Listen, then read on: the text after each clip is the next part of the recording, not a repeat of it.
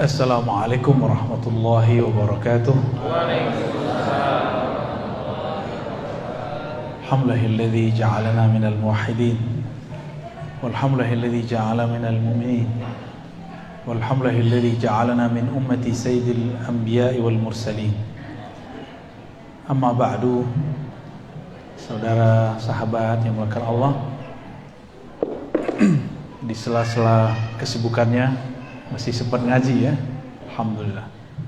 Ini bukan karena pengangguran kan, tapi karena emang mengkhususkan pengen ngaji ya. Dan kebenaran saya lagi mampir di Bandung. Kita habis taklim tadi juga di Lembang ya. Mampir ke Lapas Sukamiskin ya. Pindah ke sini deh ya. Meskipun ini mendadak, tapi ya saya mikirnya sekali jalan ya. Tema kita agak sedikit menguras akal, tapi akal bakal seneng. Jadi jangan pernah katakan akal saya tidak cerdas. Akal kita cerdas, cuma jarang diolah. Temanya apa? Apakah Allah tidak bertempat? Oke. Kita nggak usah pakai teori aneh-aneh, pakai Quran, Sunnah aja ya. Quran, Sunnah. Karena akidah mesti sesuai dengan informasi, dengan yang kita yakini. Allah yang kita yakini menurunkan berita-berita, dan berita itu ada di dalam Al-Quran. Tinggal kita baca, kita pahami. Masalahnya kemampuan memahami, ini yang masalah. Jadi sebenarnya Qurannya satu, Allahnya Esa satu. Yang banyak itu kepala orang yang baca Qurannya. Orang yang sudah nyantri 7 tahun, 6 tahun dengan yang nyantri setahun, beda nggak hasil bacaannya? Yang dibaca sama Quran, benar ya? Anak S1 tulisannya sama nggak dengan anak S2? Hasilnya beda. Tapi sekarang banyak orang kualitas anak SD ngomentarin doktor, profesor, ya. Kualitas baru hijrah kemarin sore ngomentarin kiai, nginterin ustadz, masyaikh yang sudah puluhan tahun hari-hari bersama Alkitab dan Sunnah. Inilah kemudian menjadi PR kita bersama ya. PR kita bersama ini. Inilah yang membuat masjid-masjid konflik, komplek-komplek tengkar. Karena yang kualitas baru ini dia ngerasa udah besar. Dia ngerasa udah setara masih ustadz. Coba aja lihat antum komentar-komentar di sosial media. Itu kan gak tahu diri itu. Kalau nggak ngerti baru hijrah, uskut, kul khairan, auliyasmut. Katakan khairan. Khairan itu kata-kata baik yang relevan. Ada baik tapi nggak relevan, nggak cocok. Udah baik harus dikasih yang pasnya. Ini udahlah nggak ngerti komentar, ya lucu. Saya masih ingat kalam Imam Syafi'i, jika aku berdebat dengan orang pintar pasti dia kalah. Tapi kalau berdebat sama orang bodoh pasti aku yang kalah. Jadi kalau udah ketemu gitu, masjid rame Pak di situ. Saya yakin masjid ini salah satunya nih. Tercium baunya ya. Gak bisa dibuat-buat itu. Jamaahnya, personalnya mungkin wallahu alam, saya nggak ngerti. Kan saya nggak pernah nanya dan belum pernah mampir di masjid ini. Itu aura terasa ketika sholat.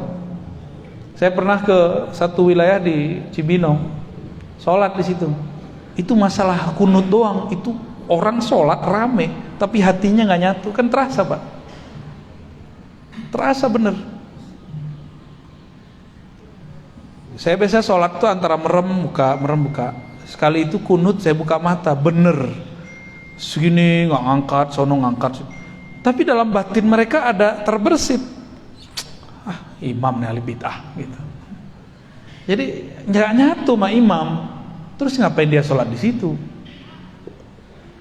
Kita kalau mau bermakmum dengan seseorang, kita serahkan kendaraan sholat ini kepada dia. Mau dia gak kunut, mau dia kunut, itu urusan dia. Sama juga tuh, yang biasa kunut, imamnya gak kunut, berdiri dulu lama-lama. Ya salam, ya sama aja tuh.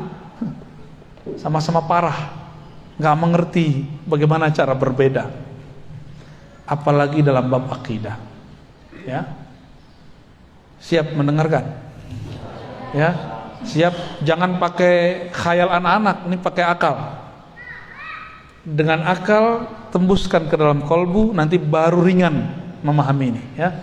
Mari kita baca surah Al-Fatihah. Al-Fatihah. Bismillahirrahmanirrahim.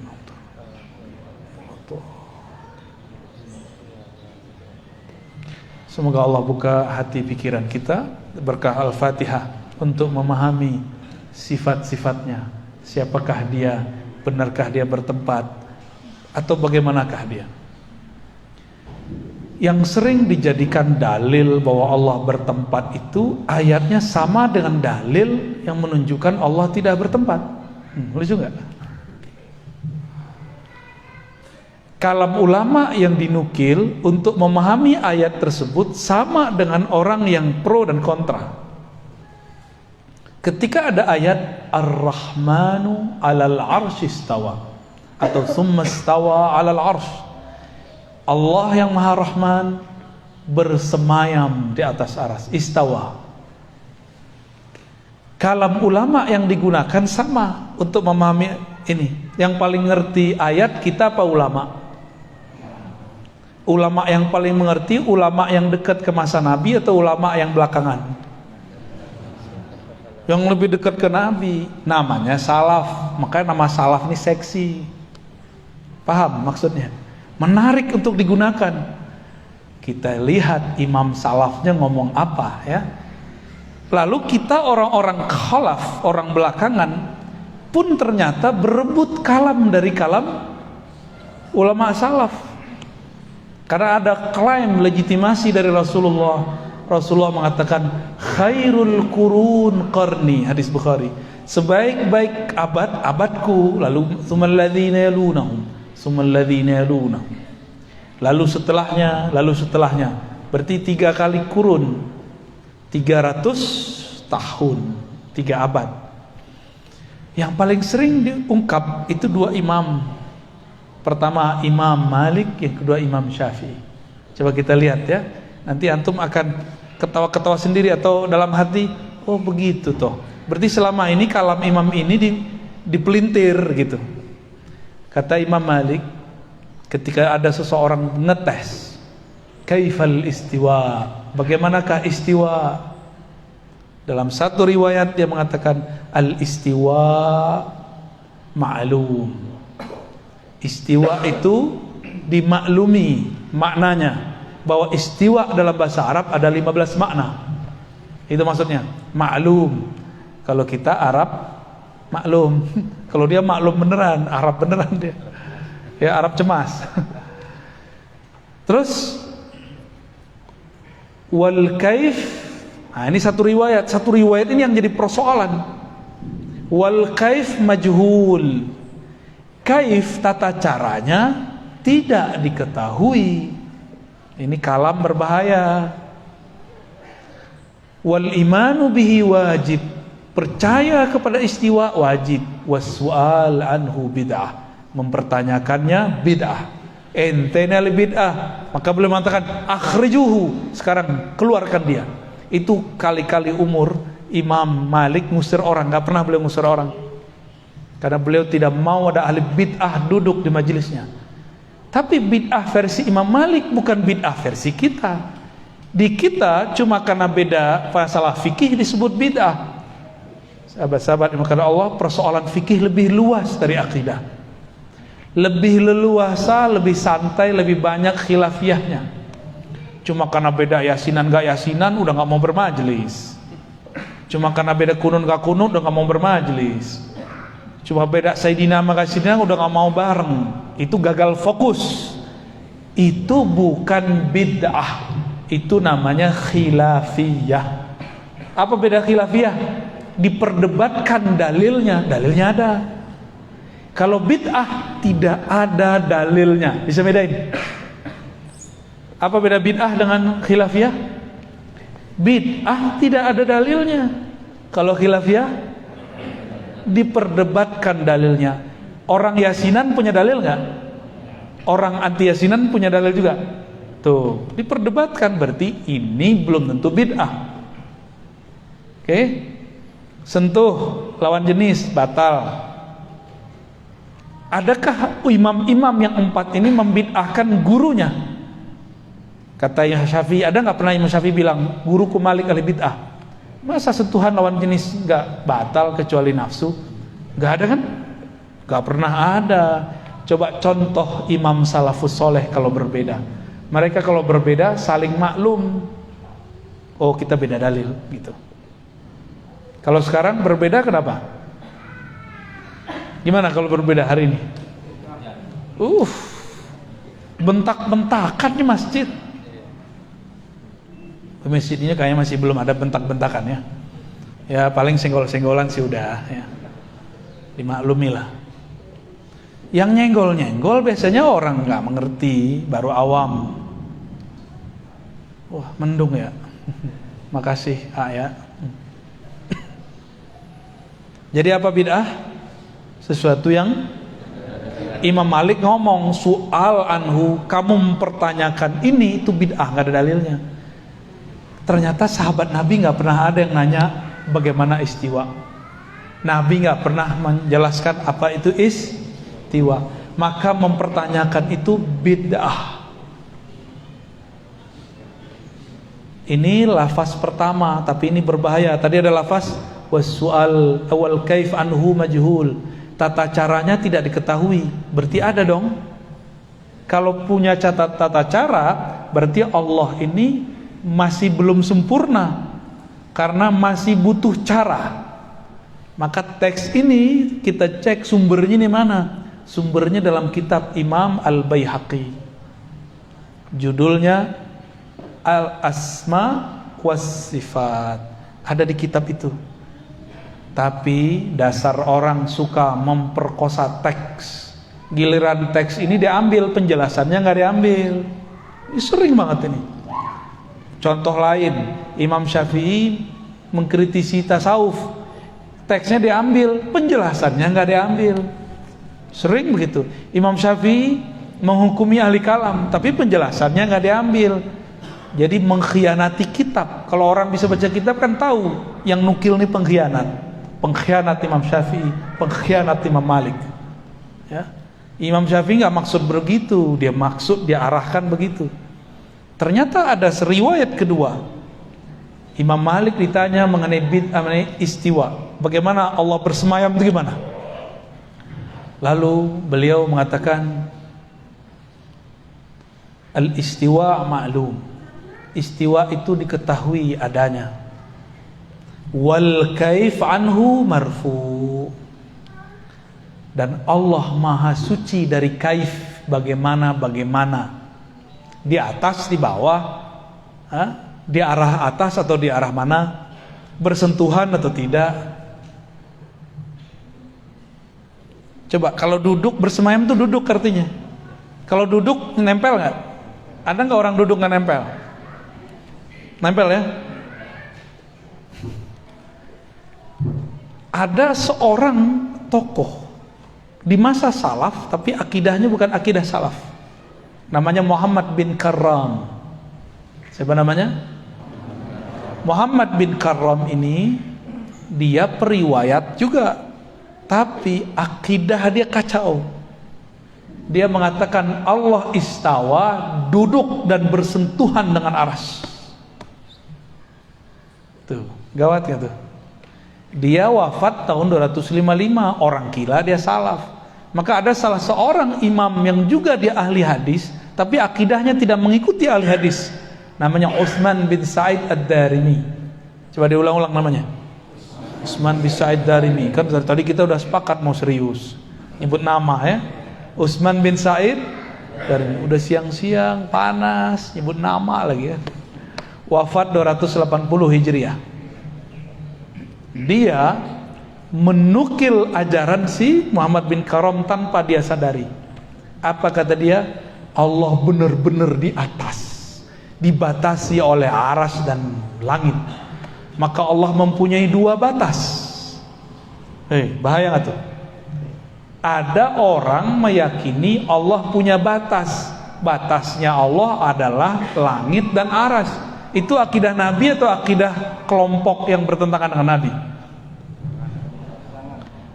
Gak usah langit dulu, batas. Kata batas ada nggak di Quran untuk Allah?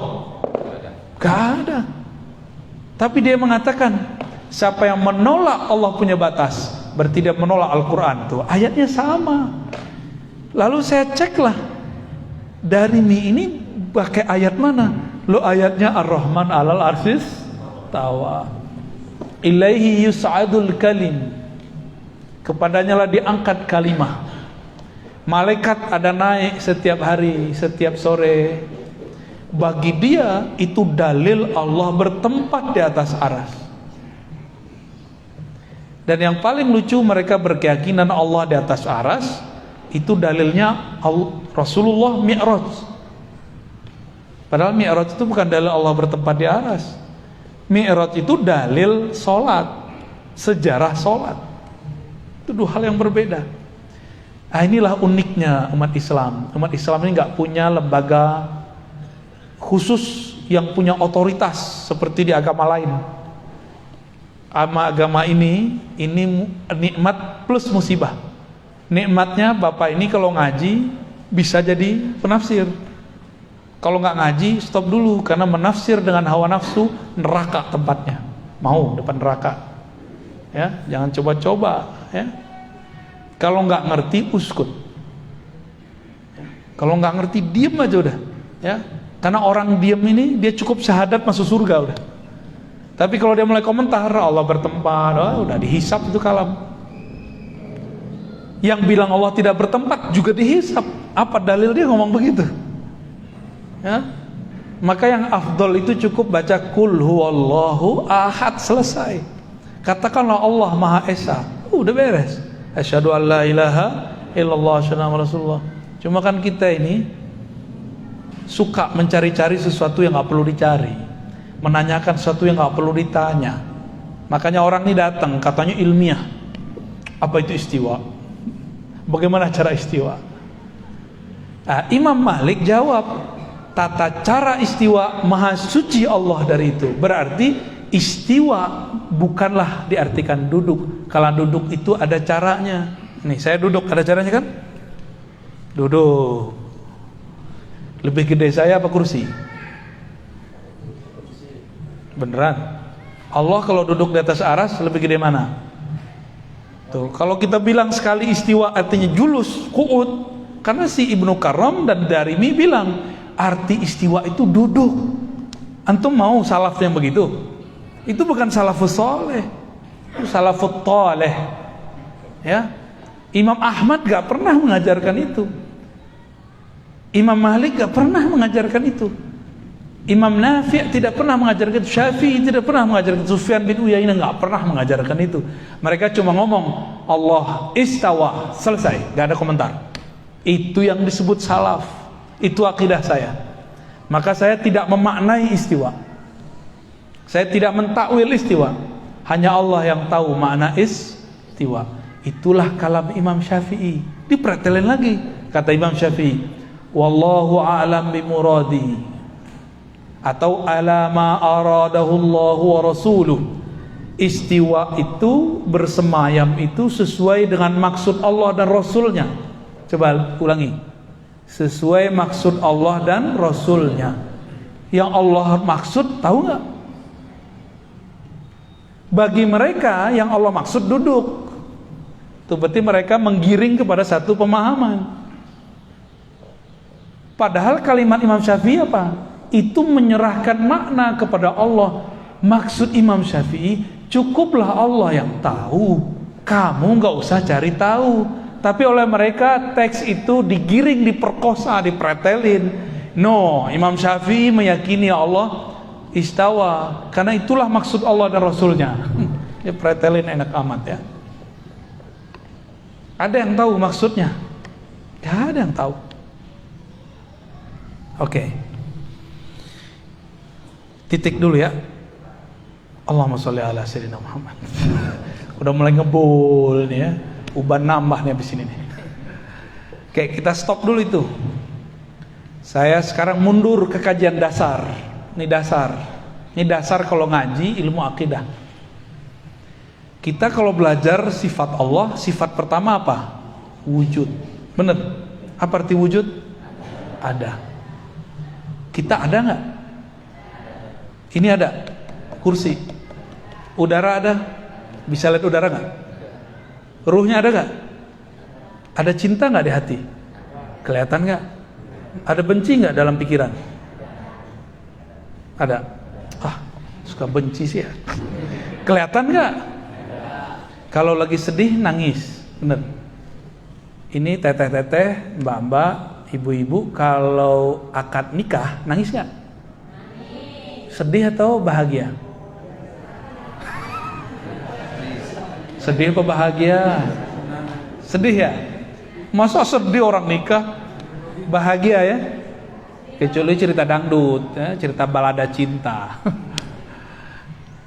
Bener, orang bahagia bisa nangis, orang sedih nangis. Terus air mata itu tanda apa? Berarti air mata bukanlah tanda sedih dan tanda bahagia. Air mata itu tanda kolbu sedang tersentuh. Mau sentuhannya kebencian ataupun kesedihan ataupun kebahagiaan. Kolbu merasakan, mata menerjemahkan. Nggak kelihatan. Rasa, makan satu rasa, kelihatan nggak rasa? Tapi dia ada. Beneran. Jangan-jangan kita selama ini ngawang lagi. Makan tuh nggak jelas rasanya apa. Oke, ini muqaddimah. Warna, ini warna apa nih? Baju saya apa? Kopiah saya? Tapi hitamnya beda nggak? Oke. Coba sekarang bayangkan hitam, tapi tidak pada topi, tidak pada kopiah, tidak pada tembok, tidak pada baju, tidak di satu benda. Bisa nggak? Hitam, warna hitam tanpa ada di suatu benda. Bisa nggak? Berarti warna mesti nempel di satu benda. Ada warna itu? Wah, tambah ngebul. Biarlah ya, otak kita terlalu besar untuk dianggurin. Jangan dianggurin nih otak. Ini otak masih banyak yang mau dibuka sama dia. Nih saya coba panas-panasin sekarang. Ntar kecanduan. Pegel-pegel sih awalnya, awal kita push up kan pegel dulu. Tapi besok kalau nggak push up, lebih pegel lagi. Mending push up sekalian. Begitulah ngaji ilmu yang berat. Awalnya pegel di otak, lama-lama kecanduan. Kalau ada orang ngaji yang di bawah dosis itu, kita nggak level gitu. Cobain aja. Saya ada, antum ada, Allah ada, warna ada, udara ada, cinta ada, semuanya ada. Lalu apa beda ada ini dan adanya Allah? Nah, maka dulu kita kasih contoh yang lebih gampang. Ayam dan telur, masih ingat gak? Kayaknya udah lupa ya. Itu pengajian awal-awal dulu tuh. Ayam, telur, duluan mana wujudnya? Ayam. Karena kelihatan ayam ngeluarin telur. Bener Pak? Pernah ngelihat gak telur ngeluarin ayam? Ya, dulu waktu saya masih kecil saya punya ternak ayam tuh. Itu dari telur keluar ayam. Tuh beda mazhab kita. Jadi duluan mana? Ayam atau telur? Wujudnya telur. Ya salam. Terus yang ngelihat ayam mengeluarkan telur gimana nasibnya? Oke. Ini kan ayat-ayat Allah semua. Jadi ayat itu yang tertulis, kita lihat keluar, oh ada yang tidak tertulis. Tapi dia mengalir di alam dan dia bergerak, berputar terus. Seperti kita khataman Quran kan muter-muter terus. Si telur protes, gua duluan. Itu ayam keluar dari gua tuh. Kata si ayam, kamu kan keluar dariku. Ini namanya muter-muter. Ya, disebut debat kusir. Bahasa Arabnya daurun. Daur, muter aja. Kalau perdebatan tadi tidak dibedah dengan ilmu ini, maka orang akan muter terus. Yaudah suka-suka saya, suka kamu, suka-suka kamu. Gak bisa begitu, harus dilerai ini orang tengkar. Masalah Allah, masalah wujud. Ya, Allah wujud, benar. Kita wujud, ini namanya wujud apa? Benda. Bahasa Arabnya jisim, jasmani. Jasmani bahasa Indonesia itu benda begini. Tapi dalam bahasa Arab jisim semua benda, baik benda kasar, halus ataupun molekul-molekulnya tidak bisa dilihat oleh mata. Maka dalam bahasa Arab wujud dibagi dua. Ada wujud Allah, ada wujud selain Allah. Oke? Ingat-ingat ya. Ingat-ingat. Kalau nggak naik kelas. Wujud selain Allah itu dibagi dua lagi. Ada wujud benda kasar, ada wujud benda halus. Ada yang nambahin satu lagi, namanya wujud sifat, wujud karakter. Warna, penyakit, cinta, benci, senang, susah, itu namanya karakter, sifat.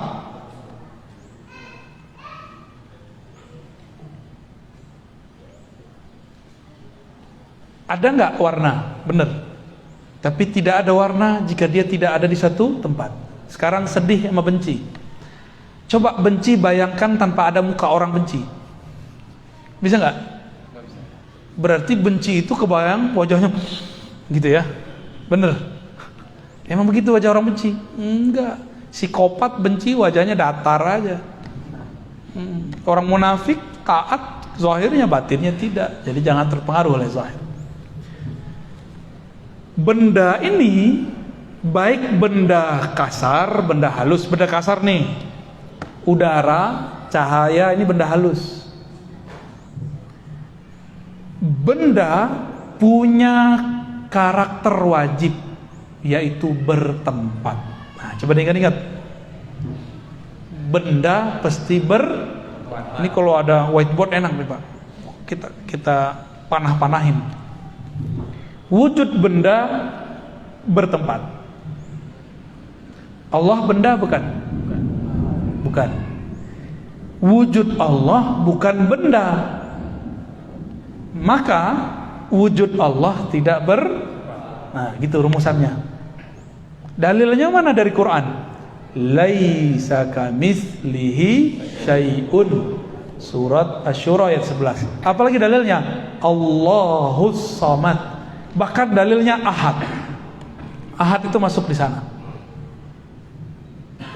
Sebelum ada arasy, Allah ngapain? Nganggur. Katanya Allah mesti bertempat. Terus di mana Allah? Kan repot dah. Ya. Ada dalilnya. Cuma mereka dhaifkan pada hadis sahih. Ya. Saya ulang lagi, setiap benda mesti bertempat. Maka udara ini benda dalam ilmu bahasa Arab. Dia butuh ruang, waktu. Butuh ruang dan waktu. Bapak Ibu ini lagi dalam ruang enggak? Bisa enggak duduk tapi tidak di ruangan? Juga bukan di luar ruangan. Bisa enggak? Duduk tapi tidak di suatu tempat. Enggak ngawang, enggak di bawah, enggak di atas, enggak di kiri, enggak di kanan, enggak di depan, enggak belakang. Bisa nggak bayangin? Gak bisa. Berarti mustahil ada benda tidak bertempat. Sudah, oke. Mustahil ada benda tidak bertempat. Maksudnya gimana? Jangan kebalik-balik. Allah bukan benda, wujud Allah bukan benda, maka dia tidak bertempat. Tapi oleh kelompok mujassimah yang membendakan Allah tanpa mereka sadari, mereka bilang, apa kata mereka? segala sesuatu yang maujud mesti bertempat. Nah, ini keliru. Apa kata mereka? Segala yang wujud mesti bertempat. Kalimat ini kurang sempurna. Setiap wujud benda mesti itu yang benar. Bukan setiap wujud. Siapa yang ngomong begini? Orang yang mengharamkan filsafat tapi dia mengatakan, membicarakan filsafat. Namanya Syekh Ibnu Taimiyah. Ya, dia ini mengharamkan filsafat, tapi istilah jisim, benda, gerak, ruang, waktu itu kan istilah filsafat semua. Dia haramkan tapi dia katakan. Menarik kan nih? Dia mengharamkan filsafat tapi dia berteori dengan filsafat. Sekarang muncul orang mengharamkan filsafat lalu menyerang ustadz-ustadz yang mengerti filsafat, tapi dia tidak berani menyerang imam dia yang berfilsafat. Lucu gak tuh? Bagi saya lucu. Giliran imam ente gak berani, giliran ustadz yang lain dia berani. Berarti pisaunya mata dua, ya, satu tumpul, satu tajam. Obrolan wujud bersifat, wujud benda bertempat, itu semua filsafat yang bahas. Dipinjam oleh orang ahli akidah. Karena jamaah sudah mulai diracunin bahwa Allah bertempat di satu arah atas. Maka harus kita kembalikan ilmu arah, ilmu tempat kepada pakarnya. Tuh udah mulai nggak fokus nih ya. Oke, kita tarik lagi. Di mana kesalahan orang meyakini Allah bertempat? Kesalahannya pada filsafat materialis yang mereka anut. Jadi, kelompok yang meyakini Allah berada di satu arah, dia terjebak dalam satu aliran filsafat yang selama ini mereka haramkan. Nama filsafatnya falsafah madiyah. Apa artinya? Filsafat materialisme. Materialisme, bahwa segala sesuatu mesti berkarakter seperti karakter benda. Benda mesti bertempat. Allah itu ada, maka Allah ada mesti bertempat. Gitu menurut mereka. Jadi ada seorang mereka ngobrol sama saya, debat saya. Kalau Anda meyakini Tuhan tidak bertempat, berarti Anda meyakini Tuhan tidak ada. Dia ngomong gitu sama saya. Oh, berarti anak-anak gak lolos nih, logikanya, mantiknya gak lolos. Karena mengharamkan ilmu mantik. Jadi mereka ini mengharamkan ilmu mantik, ilmu logika, dan ilmu falsafah, tapi menggunakannya serampangan. Jika Anda tidak percaya Allah berada di satu tempat, itu filsafat gak tuh? Filsafat materialisme. Berarti Anda meyakini Allah tidak ada. Tuh, ini kan namanya silogisme. Silogisme namanya. Ya gimana? Pusing nggak? Ini yang kami kerjain dari dulu. Saya nggak pusing-pusing kok. Ya. Mungkin antum perlu terbiasa aja. Terlalu cepat ya? Kita pelanin lagi biar tambah panas kepalanya. Kembali ke ayam, kembali ke telur biar seru. Yang benar gimana? Ayam bukan dari telur, telur bukan dari ayam. Wujud ayam dan telur diwujudkan oleh sesuatu sosok, bukan ayam, bukan telur. Itulah namanya pencipta ayam, pencipta telur. Wujudnya mesti satu, nggak boleh dua. Yang menciptakan telur dia juga yang menciptakan ayam. Kalau nggak perang ntar. Kata Tuhan telur, ini telur gua nih. Kata Tuhan ayam, ayam. Nggak mungkin, mesti Tuhannya sah. Masih ingat 2019 kita tengkar sama teman di grup cuma karena beda coblosan? Itu baru calon raja, calon penguasa. Bisa tengkar loh, bisa pecah loh umat ini. Gimana kira-kira kalau ada dua presiden? Itu dua presiden, ini baru calon udah pecah. Kalau ada dua presiden, hancur negeri ini. Jika ada dua Tuhan, la fasadata, begitu di Quran. Pasti bumi, alam semesta, langit ini hancur semua. Ntar rebutan aras mereka ntar. Iya nggak? Rebutan aras ntar. Rebutan langit dan bumi. Gimana? mulai ada titik terangnya, bukan ayam, bukan telur. Berarti antum tadi itu kurang cerdas ya. Masih kejebak sama telur, ayam. Terus gimana yang bener? Bukan ayam, bukan telur. Ini enaknya kalau ada guru, diangkat kebuntuan akal kita, di luar ayam, di luar telur, kan enak. Coba antum dikasih PR 70 hari, nggak akan jawab itu. Ya, bisa pusing-pusing sendiri, bisa-bisa pulang jadi orang gini. Ya, mikirin Tuhan kok dipikirin. Ya, Allah nggak usah dipikirin, Allah itu dikenal. Kalau kenal cinta, kalau ada cinta baru terasa. Orang-orang yang meyakini Allah bertempat, berada di suatu arah, mereka terjebak pada filsafat materialisme. Cuma mereka tega karena nggak mengerti apa yang mereka bicarakan. Kita yang dituduh berfilsafat. Mereka sekarang udah mulai berani mengatakan akidah Asy'ariyah sesat. Terang-terangan loh. Berarti kita yang belajar Allah wujud qidam baqo, hei selamat, Anda orang sesat. Pada belajar itu nggak waktu kecil? Belajar semua? Paling lupa-lupa dikit ya? Apa lupa banyak? Berarti semuanya sesat. Orang sesat. Mau nggak antum dibilang sesat? Mau nggak ulama dulu yang bawa Islam ke sini disebut sesat? Kiai-kiai kita dibilang sesat. Mau nggak? Ridho nggak? Mereka pendatang baru berani-berani bilang kita sesat. Loh kok Ustadz berani begitu? Loh mereka berani sama kita, masa kita nggak berani? Jangan pengecut ya. In tansurullah yansurkum. Jika kamu bantu Allah, Allah bantu kamu. Hilangkan keberanianmu dalam takutmu kepada Allah. Allah buat kamu seberani-beraninya orang. Ya. Tapi jangan konyol juga ya. Ya pakai ilmu lah. Jangan pakai emosi. Pakai akal, kolbu. Itulah dalil yang kuat. Al-Quran itu kan turunnya ke kolbu. Turunnya ke kolbu. Maka orang baca Quran tidak dengan kolbu, dia akan kemana-mana gak jelas. Oke, balik lagi ya. Tarik ulur. Bumi, langit ini bagian dari benda. Aras pun benda. Aras itu benda, Pak.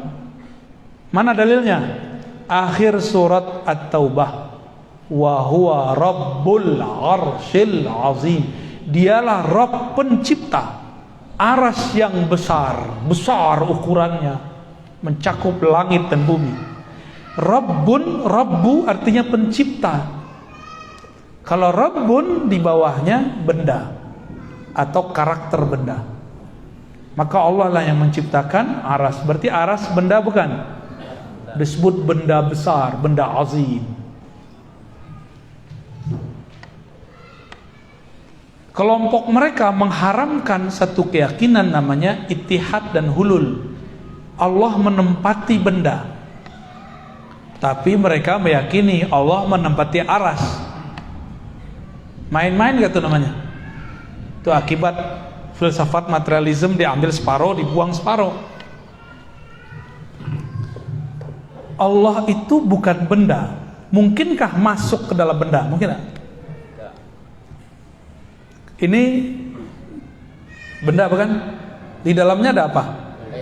Ada air. Air itu juga jisim, benda juga ini, tapi benda halus. Sedangkan gelas ini, kaca ini benda kasar. Karena sesama benda dia bisanya masuk. Allah bukanlah benda tapi pencipta benda. Pantaskah orang berpikir Allah ini nempel pada benda, menempati benda? Pantas nggak?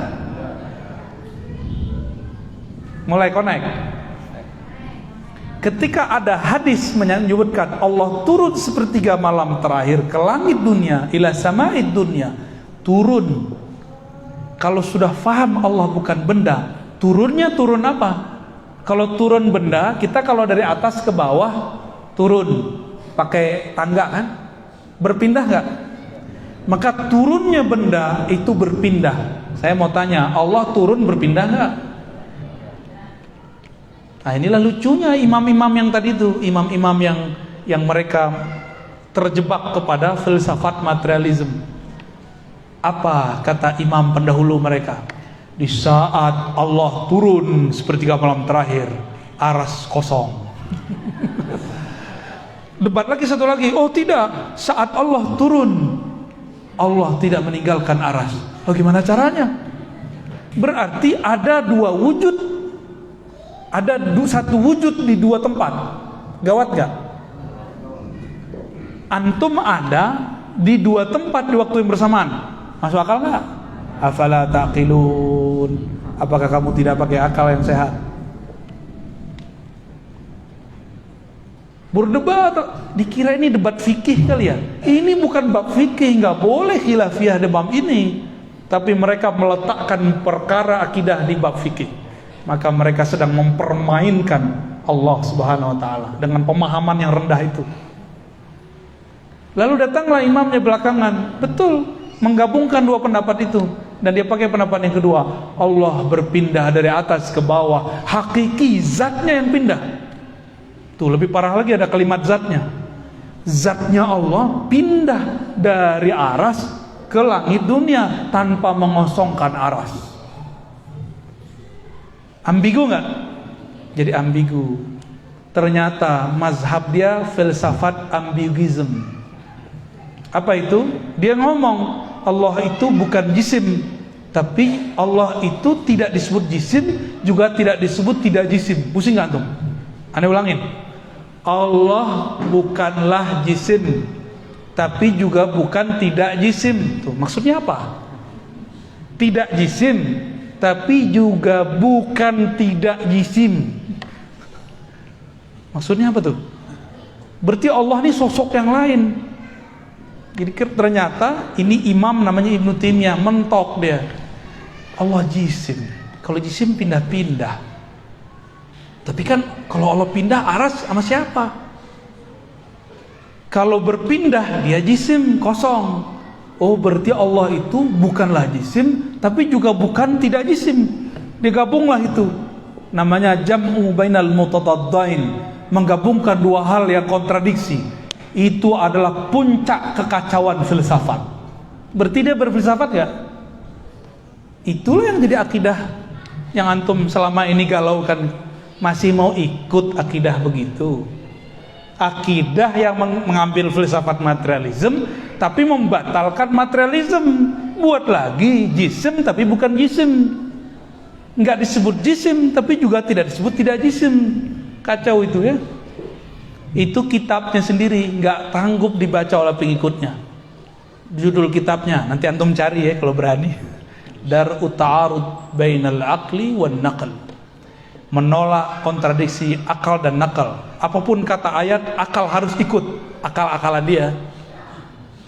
Jadi dia buat definisi akal sendiri, dia buat definisi dalil sendiri. Itu kitab kalau cetakan termurah 5 jilid. Ada teman saya punya 9 jilid. Kita ceklah pengikut dia sekarang, apa komentarnya terhadap kitab itu. Kata mereka, jangan baca kitab ini. Jadi mereka sendiri takut baca kitab itu, takut blank, takut tambah kacau. Jadi teman-teman yang melakukan Allah, akidah yang meyakini Allah bertempat itu akidah filsafat. Tapi yang dituduh filsafat kan saya. Loh, saya mempelajari filsafat untuk mengetahui mana yang baik, mana yang buruk, supaya saya nggak salah ambil.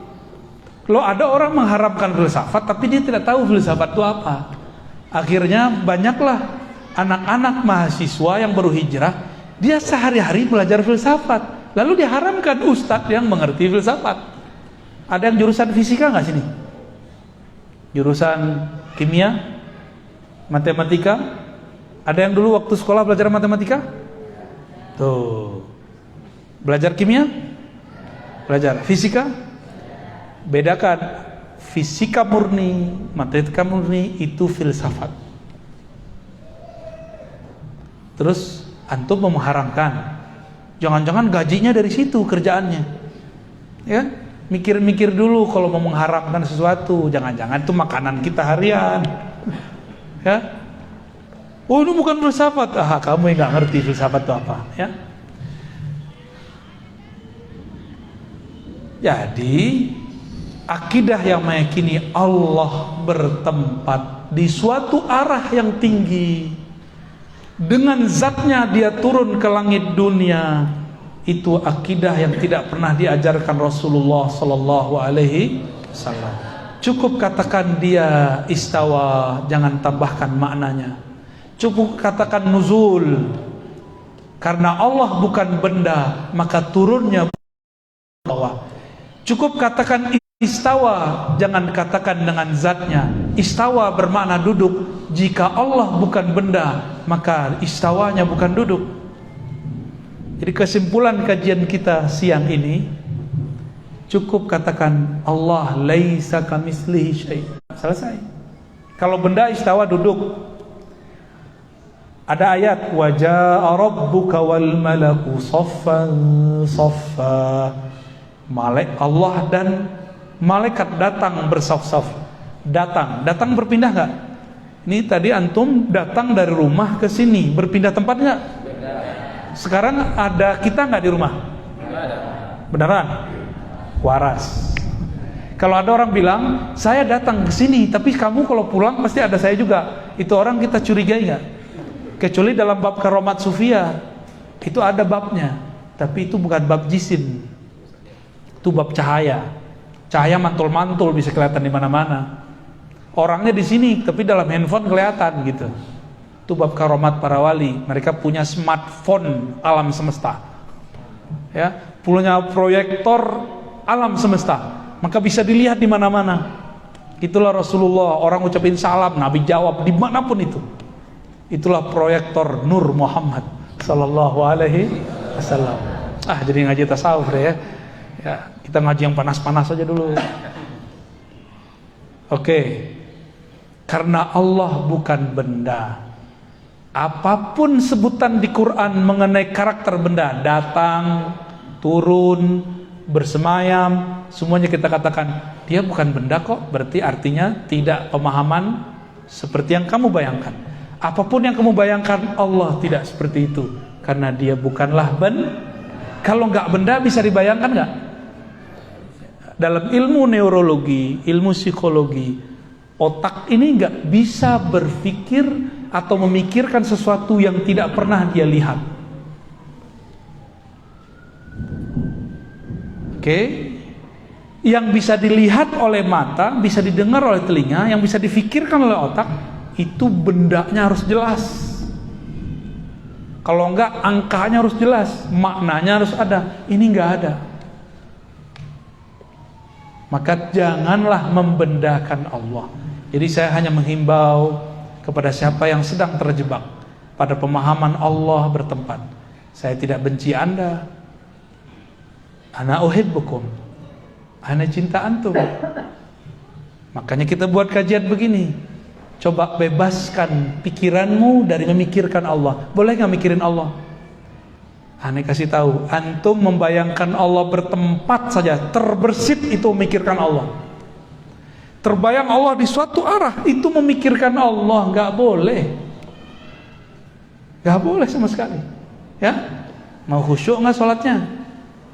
Jangan bayangin Allah di arah tinggi sono, di atas aras, kejauhan.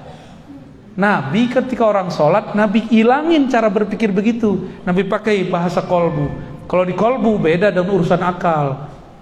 Kolbu merasakan kedetaan, keintiman dengan Allah. Kata Nabi, jika engkau sholat, maka rasakanlah Allah di depanmu. Bukan itu tempat, itu cuma rasa. Beda ya? Gimana? Udah pusing belum? Alhamdulillah. Kayaknya nggak mau ngaji lagi sama Anin.